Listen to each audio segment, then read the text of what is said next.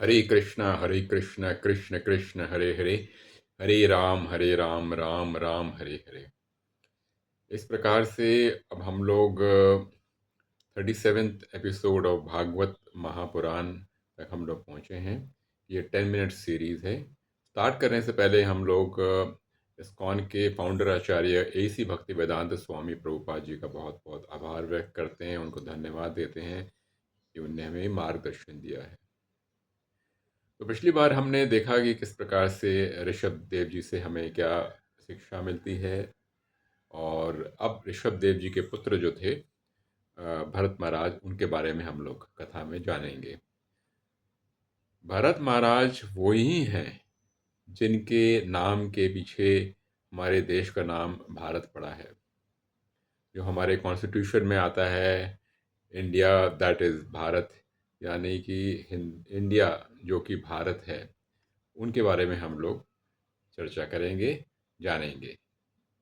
तो ऋषभ देव जी के जो सबसे बड़े पुत्र थे, उनका नाम था भरत, भरत महाराज। तो ऋषभ देव जी ने अपने यहाँ जो सिंहासन था उनको दे दिया, और वो फिर आगे बढ़ गए भगवान की चर्चा करने में, भगवान के बारे में लोगों को ज्ञान देने में। ऋषभ देव जी जो थे, आप सब जानते हैं, वो विष्णु भगवान के ही रूप थे। भरत महाराज ने जो पूरा राज किया, वो उसी प्रकार से राज किया जिस प्रकार से एक पिता अपने संतानों को प्रेम देता है। तो उनने बहुत अच्छा राज किया, भरत जी ने। और ऐसा कहा जाता है कि उनने तकरीबन 1 करोड़ साल का राज किया। और राज करने के बाद उनने अपनी जो संपत्ति थी और जो भी अपना राजकाज था, अपने संतानों के बीच में बांट दिया, और फिर वो कुल आश्रम चले गए, जहाँ पे कि उनने नारायण की भक्ति करी। तो जो जो भरत महाराज थे, वो कहाँ गए? गंडकी नदी के पास जाके उनने अपना आश्रम बनाया, और वहाँ पे वो अपनी तपस्या किया करते थे। एक बार की बात है, जब वो सुबह का अपने जो भी कर रहे थे, पूजा पाठ कर रहे थे, तो जो गंडकी नदी थी, वहाँ पे एक हिरनी, जो कि जिसके गर्भ में संतान थी, वो वहाँ पे गंडकी नदी में पानी पीने के लिए आती है। तो तभी क्या होता है, जो हिरनी होती है वो एक शेर की दहाड़ को सुनती है, और शेर की दहाड़ को सुनने की वजह से एकदम घबरा जाती है। और घबरा जब जाती है तो वो क्या कहती है, पानी में, गंडकी नदी में छलांग लगा देती है। तो ये सब देख रहे थे भरत महाराज। तो जो हिरनी जब पानी में जब जाती है, गिरती है, तो उस समय उसकी मृत्यु हो जाती है। लेकिन मृत्यु से पहले जो हिरनी होती है, अपने शिशु को जन्म दे देती है। भरत महाराज देखते हैं कि ये तो इसके कोई भी नहीं है, इस शिशु का, जो छोटा सा हिरन होता है। तो वो उसे उठा लेते हैं, और उठा के अपने आश्रम में ले आते हैं, और आश्रम में उसका ध्यान रखने लगते हैं। तो उनका जो ध्यान जो होता है, भगवान की तरफ से हटकर वो हिरन के बच्चे की तरफ बढ़ जाता है। पूरा उनका प्रेम, प्यार, मोह, लोभ, सब कुछ, प्रेम प्यार जितना भी था, सब कुछ वो उनका हिरन की तरफ ही जाता है, और भगवान की तरफ से जो उनका जो मार्ग होता है, वो पूरी तरह से भटक जाता है। तो इस प्रकार से भरत महाराज जो हैं, जिस उद्देश्य से वो गंडकी के पास आए थे, और भगवान का, वो नारायण का जो जाप कर रहे थे और भक्ति कर रहे थे, उससे वो भटक जाते हैं। तो वो उस हिरनी के बच्चे को अपने ही संतान समझने लगे, और उसे पूरी तरह से उसका, उनका समय उसकी तरफ जाने लगा। तो हमें एक चीज़ बड़े ध्यान रखनी है कि जब हम भी भक्ति के मार्ग में चल रहे होते हैं, हमें किसी के साथ विशेष रूप से ध्यान रखना चाहिए, मोह नहीं होना चाहिए। क्योंकि अगर हम मोह रखेंगे, तो हम अपने भक्ति के मार्ग से भटक सकते हैं। तो इससे हमारे को काफ़ी नुकसान हो सकता है, जो कि हमारा पूर्ण रूप से मनुष्य जन्म का उद्देश्य है उससे।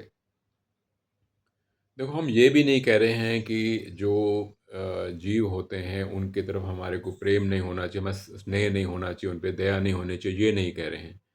लेकिन पूर्ण रूप से उन्हीं में ध्यान रख लेना और ईश्वर जो कि हमारे मुख्य उद्देश्य है उससे भटक जाना, ये जो है हमारे लिए बहुत ही हानिकारक हो सकता है हमारे ईश्वर को प्राप्त करने के उद्देश्य से।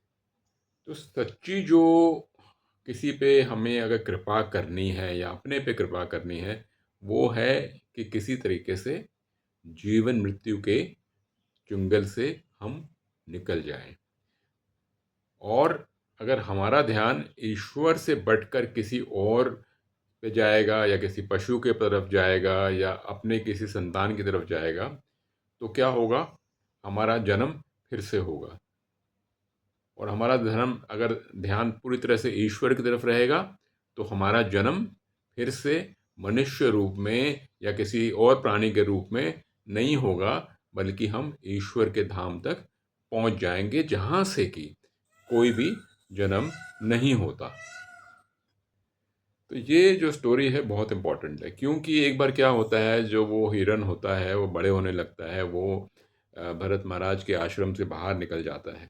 जब वो बाहर निकलता है, तब वो भरत महाराज उनकी इसकी खोज में जाते हैं, और जब खोज में जाते हैं तो वो हिरन मिलता नहीं है, तो वो वापस आ जाते हैं। वो बहुत ही दुखित होते हैं, बहुत ही चिंतित होते हैं कि वो मेरा हिरन कहाँ गया, मेरा हिरन कहाँ गया, मेरे से बिछड़ गया। इसी प्रकार से हिरन के बारे सोचते सोचते भरत महाराज की मृत्यु हो जाती है। अब जैसे भगवत गीता में बहुत क्लियरली दे रखा है, हम जब अंत काल में जो सोचते हैं वही वैसा हमें जन्म अगले जन्म में मिलता है। तो अगले जन्म में भरत महाराज जो है उनको हिरण का शरीर मिला। तो इस प्रकार से जो मानव जन्म का उद्देश्य था ईश्वर को प्राप्त करने का, वो भरत महाराज उसको प्राप्त नहीं कर पाए, क्योंकि उन्हें हिरण का शरीर मिला अगले जन्म में। लेकिन जब भरत महाराज को जो हिरण का शरीर मिला, तो उसे पिछले जन्म के बारे में याद था। उसे पूरी तरह से ये समझ में आई कि क्या उसने क्या गलती करी थी जब वो मनुष्य जीवन में था। तो वो फिर से पुलाश्रम में जाते हैं हिरण के रूप में, और अपना जो ध्यान है पूरी तरह से ईश्वर में केंद्रित रखते हैं, ताकि जब वो हिरण का शरीर छोड़ें तब उनको मनुष्य का शरीर मिले, जिससे कि वो ईश्वर तक जाएं, ना कि कुछ और गलती होए उनसे। तो उनको इस गलती के बारे में एहसास होता है जो उनने भरत महाराज के शरीर में पिछले जन्म में करी थी। तो ईश्वर की कृपा से जो वो हिरन था, जो कि पिछले जन्म में भरत महाराज था, उसका जन्म एक ब्राह्मण के परिवार में होता है। और ब्राह्मण के परिवार में जब जन्म होता है तो एक खास बात ये होती है कि उसको अपने पिछले जन्म के बारे में याद था। उसे याद था कि उसने पिछले जन्म में क्या क्या गलती करी थी। इसीलिए वो अपना पूरे समय ईश्वर की खोज में ही लगाते हैं ब्राह्मण के परिवार में आने के बाद, और उनका जन्म में जो नाम पड़ता है उसका नाम होता है जड़ भरत। जड़ भरत। तो वो अपने आप को दिखाते हैं कि मैं एकदम, मेरे को कुछ समझ नहीं है, मैं एकदम बुद्धिहीन हूँ, मैं एकदम मूर्ख हूँ, और किसी से ज़्यादा बातचीत नहीं करना, ज़्यादा से ज़्यादा भक्तों के साथ ही मेल संबंध संबंध रखना। इस प्रकार से उनका व्यवहार था। उनको सब कुछ मालूम था, लेकिन अपने आप को एक मूर्ख रूप से वो प्रस्तुत करते थे।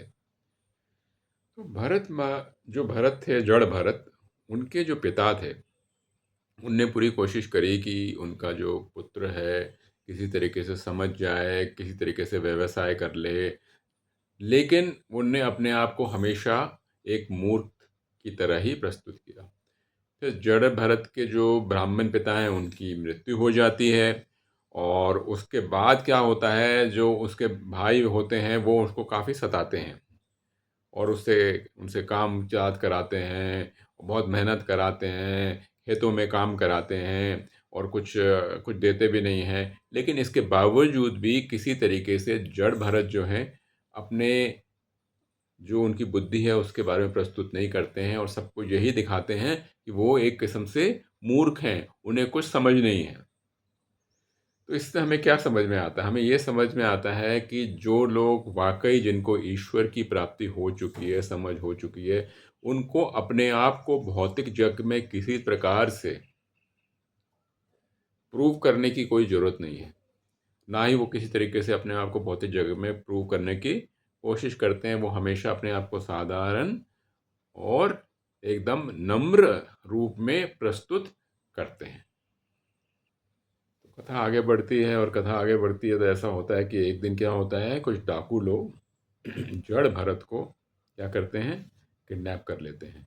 वो किडनैप करके ले जाते हैं और उनके मंदिर जो होता है डाकुओं का, जहाँ पे कि भद्रकाली होती हैं, वहाँ पे पूजा करते हैं और वो क्या करते हैं, जड़ भरत की बलि देने के लिए तैयार होते हैं। जो भद्रकाली होती हैं वो उसको देखती हैं और वो क्या करती हैं, वो अपने मूर्ति रूप से बाहर आ जाती हैं और जितने भी डाकू होते हैं उनको वो समाप्त कर देती हैं। तो इससे हमें क्या सीख मिलती है? हमें ये सीख मिलती है कि भगवान के जो भक्त होते हैं उनकी रक्षा सारे देवी देवता भी पूरी तरह से करते हैं। हरे कृष्णा कृष्ण कृष्ण हरे हरे, हरे राम राम राम।